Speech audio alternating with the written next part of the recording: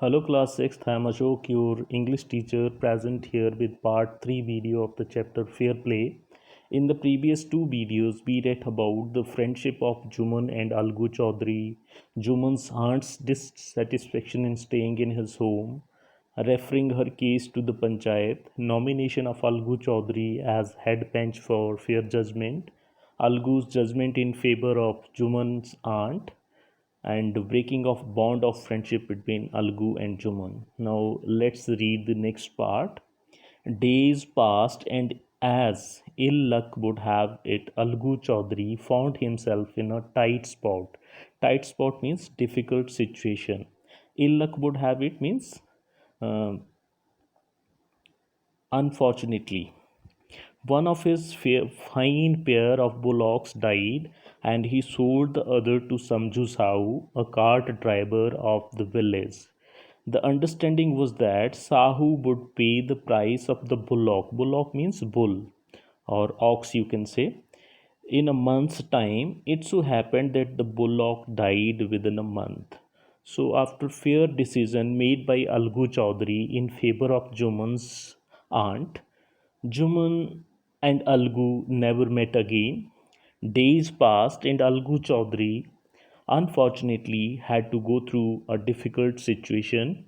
It so happened that one of his fine pair of bullocks died, and he sold the other one to a person, Samju Sahu, who was a cart driver of the village. The agreement between Algu and Samju Sahu was that Samju Sahu would pay the price of the bullock within a month's time. What the unfortunate what unfortunately Bullock died within a month, and Samju Sahu didn't want to pay the price as per the agreement. Now see the next part. Several months after the Bullock's death, Algu reminded Sahu of the money he hadn't yet paid.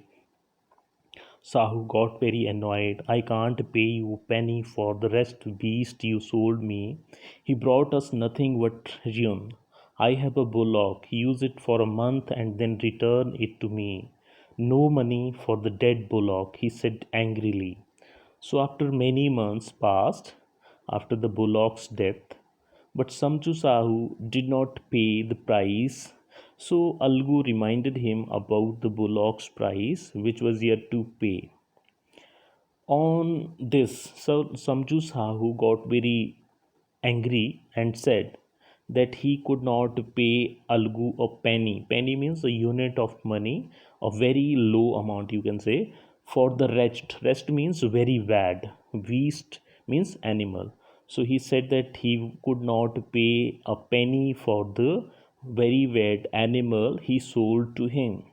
He added that he had a bullock and Algu could use that bullock for a month and can return. After that, what he was not in the favor of giving money to Algu for the dead bullock. Now see what is there in the next part. Algu decided to refer the case to the Panchayat. For a second time in few months, preparations for holding the Panchayat were made, and both the parties started meeting people seeking their support. So Algu, after being refused to pay the price of bullock by Samju Sahu, decided to transfer his case to the village Panchayat. For the second time within few months, preparations for holding the panchayat were being made, and both Algu and Samju Sahu were meeting with the people of the village to get their support in the case. Now see the next one. The panchayat was held under the old banyan tree. Algu stood up and said, the voice of the bench is the voice of God. Let Sahu nominate the head bench. I will abide by his decision. So in this part of the text we read that again panchayat was held under the same banyan tree where Algu had given his fair judgment in the previous meeting.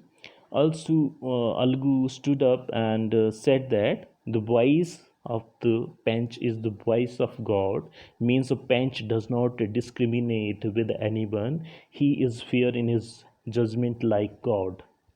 He also said that Sahu could nominate the head bench, and whatever be the decision of the head bench, it was acceptable to him. Now see the next one. Sahu saw his chance and proposed the name of Juman. Algu's heart sank and he turned pale. What could he do? So Sahu took the advantage and proposed the name of Juman. After nomination of Juman as head bench, Algu became uncomfortable as he knew that Juman could take his revenge by giving the decision in favor of Samju Sahu, but he couldn't do anything then. Now see the next part. The moment Juman became head bench, he realized his responsibility as judge and dignity of his office.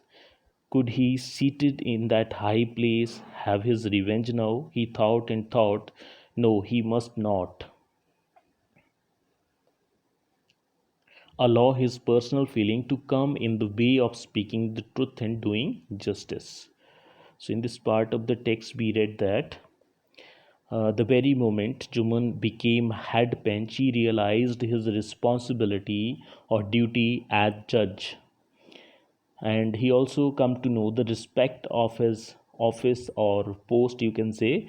Juman introspect himself as a head bench and thought about whether he should take his revenge or not at that time, and then he come to a conclusion that he would not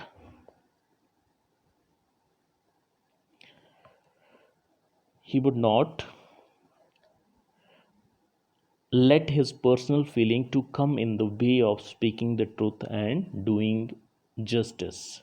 So this was there in this part of the text. Now see the next one. Both Halgu and Sahu stated their cases. They were cross examined and the case was considered deeply. Then Juman stood up and announced, "It is our opinion that Sahu should pay Algu the price of the bullock. When Sahu bought the bullock, it suffered from no disability or disease. The death of the bullock was unfortunate, but Algu cannot be blamed for it." Algu could not contain his feelings. He stood up and said loudly over and over again, "Victory to the Panchayat. This is justice. God lives in the voice of the bench." So, in this part of the text, we read that both the parties, means Algu and Samju Sahu, stated their cases afterwards. They were cross examined and case was understood very deeply. Then Juman stood up and announced his judgment. He said that it was Panchayat's opinion that Sahu should pay Algu the price of the bullock, and to support his judgment, he said that when bullock was bought by Sahu, it was not suffering from any disability or disease. The death of the bullock was unfortunate, but for the death of the bullock, Algu could not be blamed. After hearing the fair judgment given by Juman, Algu could not contain his feelings. He stood up and said loudly the following words in the praise of uh, Panchayat's fair judgment: "Victory to the Panchayat. This is justice. God lives in the voice of the bench." Now see the next part.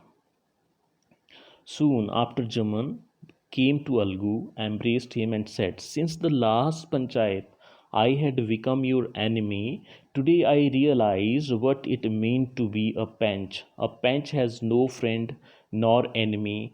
He knows only justice. Let no one deviate from the path of justice and truth for friendship or enmity."